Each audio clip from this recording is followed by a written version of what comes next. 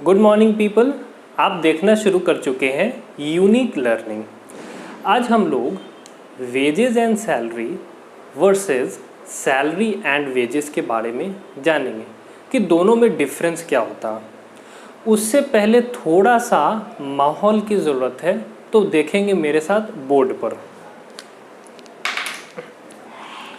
हम जानते हैं कि हमारे पास दो तरीके के अकाउंट्स होते हैं फाइनल अकाउंट्स में। एक तो हमारे पास में है ट्रेडिंग अकाउंट और दूसरा जो है हमारे पास में वो है प्रॉफिट एंड लॉस अकाउंट। तो आप ऐसा सुनते रहे होंगे अभी तक में, या आप ज़रूर जानते होंगे कि ट्रेडिंग अकाउंट और प्रॉफिट एंड लॉस अकाउंट में क्या डिफरेंस होता है। ट्रेडिंग अकाउंट में आपको डायरेक्ट एक्सपेंसेस डालनी पड़ती है, डायरेक्ट एक्सपेंसेस, और प्रॉफिट एंड लॉस अकाउंट में आपको इनडायरेक्ट एक्सपेंसेस डालनी पड़ती है। तो ट्रेडिंग अकाउंट में डायरेक्ट एक्सपेंसेस आता है और प्रॉफिट एंड लॉस अकाउंट में इनडायरेक्ट एक्सपेंसेस आता है। अगर बात कुछ फेमस एग्जांपल्स की करें तो कुछ फेमस एग्जांपल्स की बात अगर हम लोग करते हैं तो उसमें क्या क्या आता है। तो एक नंबर, सबसे पहले नंबर में हम लोग लेते हैं, ट्रेडिंग अकाउंट में आता है वेजेस और प्रॉफिट एंड लॉस अकाउंट में क्या आता है, सैलरी। तो अगर आप salary and wages versus wages and salary में फ़र्क जानना चाहते हैं कि उसमें फ़र्क क्या है और दोनों में से कौन ट्रेडिंग में जाएगा और कौन प्रॉफिट एंड लॉस में जाएगा, तो आपको वेजेस और सैलरी में डिफरेंस जानना पड़ेगा ही पड़ेगा, वरना वो कैसे जानेंगे। तो वेजेस क्या होता है देखेंगे, दोनों ही क्या है, वेतन है, दोनों ही वेतन है। तो अगर दोनों ही वेतन है तो दोनों में फिर डिफरेंस क्या है, दोनों में फिर डिफरेंस क्या है, तो डिफरेंस जो है वो पेमेंट करने के स्टाइल में होता है। वो स्टाइल क्या होता है, जो वेतन हम लोग पर आवर के बेसिस पे देते हैं, जो वेतन हम लोग पर आवर के बेसिस पे देते हैं वो वेजेस कहलाता है। और जो वेतन हम लोग या तो पर एनम या फिर पर मंथ के हिसाब से देते हैं, वो पैसा, वो वेतन सैलरी कहलाती है। ठीक है। अब वेजेस से पैसा लेने वाले कौन लोग होते हैं, तो वेजेस से पैसा लेने वाले जनरली लेबर होते हैं, फैक्ट्री के वर्कर्स होते हैं, है ना, और भी इसमें लोग आ सकते हैं। और आप पूछेंगे कि सैलरी में कौन लोग पैसा लेते हैं, तो सैलरी में पैसा लेने वाले लोग रेगुलर एम्प्लॉयज़ होते हैं, रेगुलर एम्प्लॉयज़। तो बताएंगे यहाँ तक आपको बात समझ में आ रही है या नहीं आ रही है। यानी जो मेहनताना, जो वेतन हम लोग पर आवर के बेसिस पे देते हैं वो वेजेस कहलाता है, और जो हम लोग पर मंथ के हिसाब से देते हैं वो सैलरी कहलाता है। तो आप इतना तो ज़रूर जान रहे होंगे कि वेजेस ट्रेडिंग में जाता है और सैलरी प्रॉफिट एंड लॉस में जाता है। क्यों? क्योंकि सैलरी इनडायरेक्ट है और वेजेस डायरेक्ट है। अच्छा, अगर डायरेक्ट और इनडायरेक्ट पे आप वीडियो चाहते हैं कि डायरेक्ट और इनडायरेक्ट क्या है, तो आप कमेंट करके मुझे बता देंगे। अब जिस एग्जांपल को हम लोग समझना चाह रहे थे वो हम लोग यहाँ पे लिखेंगे कि ट्रेडिंग में जाने वाला जिस तरीके से एक फेमस आइटम, एक फेमस एक्सपेंस वेजेस है, ठीक उसी तरीके से एक famous item wages and salary भी है। और प्रॉफिट एंड लॉस में आने वाला famous item salary and wages भी है। तो दोनों में फ़र्क क्या है? दोनों में फ़र्क ये है कि वेजेस एंड सैलरी का मतलब होता है सैलरी, और सैलरी एंड वेजेस का मतलब होता है वेजेस। यानी कि दोनों ही वेतन है, दोनों ही वेतन है, लेकिन एक सैलरी की नेचर का है और एक वेजेस की नेचर का है। तो बात समझ में आई नहीं? तो बात कुछ इस तरीके से समझेंगे। क्या कभी आपने ऐसा सुना है कि फैक्ट्री में वर्कर्स को अगर देखा ना जाए और फिर भी उन्होंने आपको बहुत ही बेहतर वाला मतलब इफ़िशियंसी के साथ प्रोडक्शन करके दे दिया, ऐसा बहुत रेयर है, आप जनरली ऐसा नहीं सुनेंगे। तो जनरली लोगों के मन में क्या होता है, मन में लोगों की ये होता है कि आदमी रख तो लिए हो, ठीक है, लेकिन अगर उस आदमी से काम करवाओगे नहीं तो वो काम करेगा नहीं। मतलब एकदम जेन्युइन रीज़न है, एकदम जेन्युइन सा लॉजिक है। तो जनरली लोग क्या करते हैं, कई बार फैक्ट्री में किसी ऐसे व्यक्ति को रख देते हैं। देखो सारा काम अगर मुकेश अंबानी जी खुद करेंगे तो ग्रोथ हो पाएगा क्या? ग्रोथ एक लिमिट के बाद नहीं हो पाएगा। क्यों? क्योंकि आप 24 घंटे से ज़्यादा काम नहीं कर सकते हैं। उसी तरीके से आपको काम करवाने का तरीका सीखना चाहिए। तो एक तरीका क्या निकला? एक तरीका ये निकला कि आप अपने फैक्ट्री में किसी ऐसे आदमी को रख दीजिए, मतलब फैक्ट्री में किसी ऐसे आदमी को रख दीजिए जो कि लेबर से काम करवाता है। तो वो जनरली आपसे पैसा कब लेगा?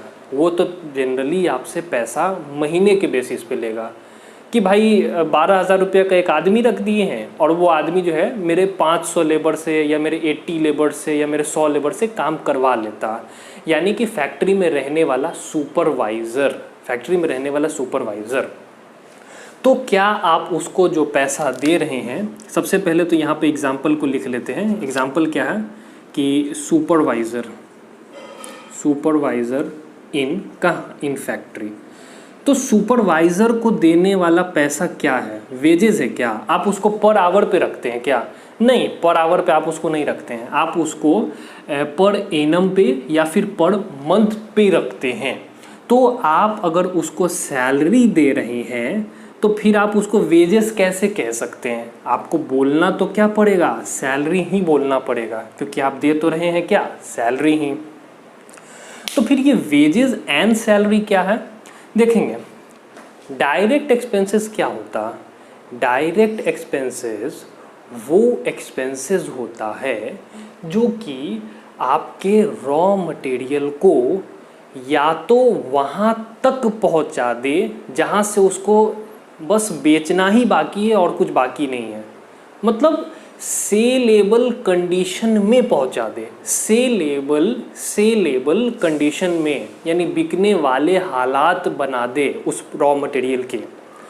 तो वो तो ऐसे खर्चे डायरेक्ट एक्सपेंसेस कहलाते हैं। और एक बार कोई भी प्रोडक्ट फिनिश्ड गुड्स हो या कुछ भी बोले आप, अगर वो इस हालात में ऑलरेडी पहुंच चुका है जहां से कि बस बेचना ही बाकी है, तो वहाँ से जितना खर्च पड़ता है, जितना भी खर्च होता है, फॉर एग्जांपल कैरेज आउटवर्ड, जितना भी खर्च होता है वो इनडायरेक्ट एक्सपेंसेस कहलाता है।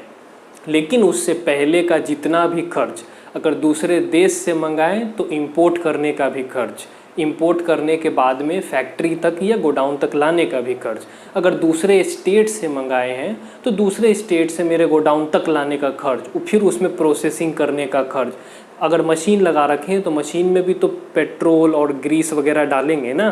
तो यहाँ तक का जितना भी खर्च पड़ता है वो सारा का सारा खर्च डायरेक्ट एक्सपेंस कहलाता है। यानी किसी चीज़ को बेचने वाली हालात में पहुंचा देना, वहाँ तक का खर्च डायरेक्ट एक्सपेंस कहलाता है।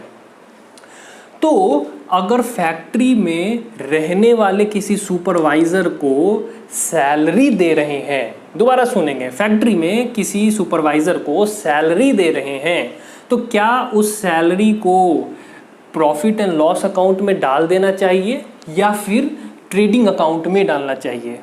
तो रॉ मटेरियल फिनिश्ड गुड्स बनेगा तभी तो बनेगा ना जब लेबर या वर्कर्स उस पर काम करेंगे, और वर्कर्स तभी तो काम करेंगे ना जब सुपरवाइज़र उससे काम करवाएगा। तो अगर सुपरवाइज़र काम करवा रहा है वर्कर से और सैलरी ले रहा है तो ये डायरेक्ट एक्सपेंसेस हो गया, क्योंकि ये लेबर से काम करवा रहा है। प्रोडक्ट अभी मेरे शोरूम तक नहीं पहुंचा है, ये शोरूम से पहले तक का सारा खर्चा डायरेक्ट एक्सपेंसेस कहलाता है। तो फैक्ट्री में रहने वाले सुपरवाइज़र को सैलरी दे रहे हैं तो वो क्या होना चाहिए? ट्रेडिंग में जाना चाहिए कि पीएल में जाना चाहिए? ट्रेडिंग में जाना चाहिए, बिल्कुल ट्रेडिंग में जाना चाहिए। तो अगर सैलरी को ट्रेडिंग में डालेंगे तो क्या यहाँ वाली सैलरी बुरा नहीं मान जाएगी? ये तो बोलेगी कि हम तो पीएल में जाते हैं।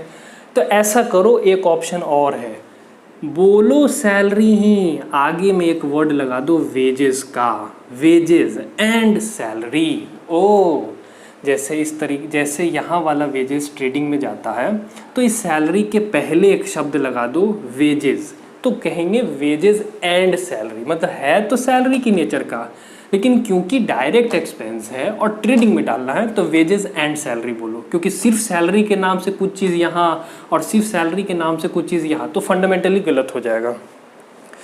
अगर यहाँ तक का लॉजिक समझ में आया है तो कमेंट अभी करेंगे और बताएंगे कि क्या डाउट है, और अगर समझ में आया तो मेरी सराहना कर सकते हैं आप, आपके ऊपर निर्भर करता। अब जो है दूसरी बात आती है सैलरी एंड वेजेस की। सैलरी एंड वेजेस की, तो सैलरी एंड वेजेस क्या होता है?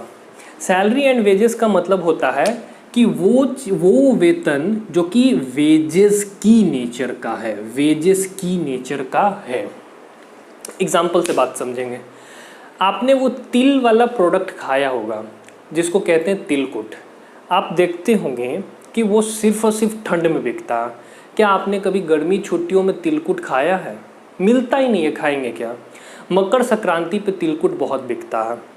अच्छा, आप ठंड के महीने में देखेंगे आपके शहर में एक ब्रांड होगा वुलन का, उसको कहते हैं मोंटी कार्लो।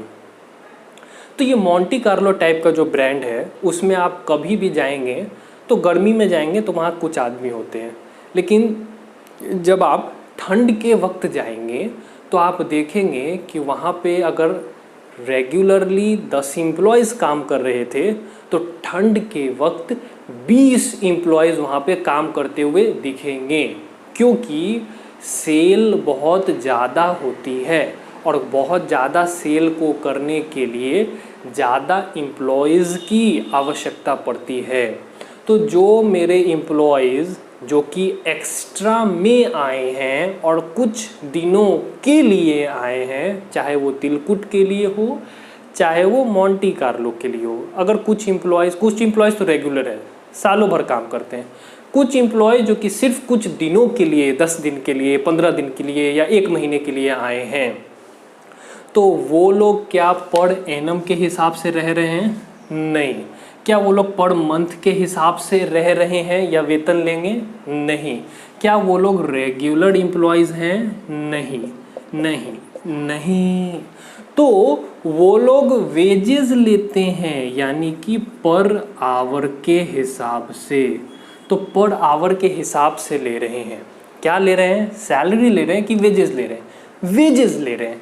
लेकिन वेजेस ले तो रहे हैं, लेकिन ये खर्चा कब का है? एक बार प्रोडक्ट स्टोर तक आ चुका है, अब वहाँ से जितना खर्च है वो तो क्या कहलाता? वो तो इनडायरेक्ट एक्सपेंस कहलाता है। तो यहाँ पे जो वेजेस है वो क्या है? इनडायरेक्ट एक्सपेंस है। तो इनडायरेक्ट एक्सपेंस भी बोल रहे हो, पीएल में भेजना भी चाहते हो और वेजेस भी बोल रहे हो। क्या ये वाला वेजेस जो कि ट्रेडिंग में जाएगा ये बुरा नहीं मानेगा? क्या बुरा मान सकता है। इसीलिए हम लोग एक शब्द लगा देंगे वेजेस से पहले और लिखेंगे सैलरी एंड वेजेस। यहाँ तक में जिसको जिसको डाउट है कमेंट करके बताएंगे कि, तो कमेंट करके पहले तो अपने डाउट्स बताएंगे। दूसरी बात कि अगर आपको वीडियो अच्छी लगी तो आप जो है इस चैनल के साथ क्या करना है देख लीजिए, आप देख लीजिए क्या करना है। और जाते जाते एक बात याद रखेंगे कि गुस्से और जलन की भावना से दंड नहीं मिलता, ये अपने आप में एक दंड है। ये किसने कहा था? कमेंट करके बताएंगे मुझे। Thanks for watching, bye bye.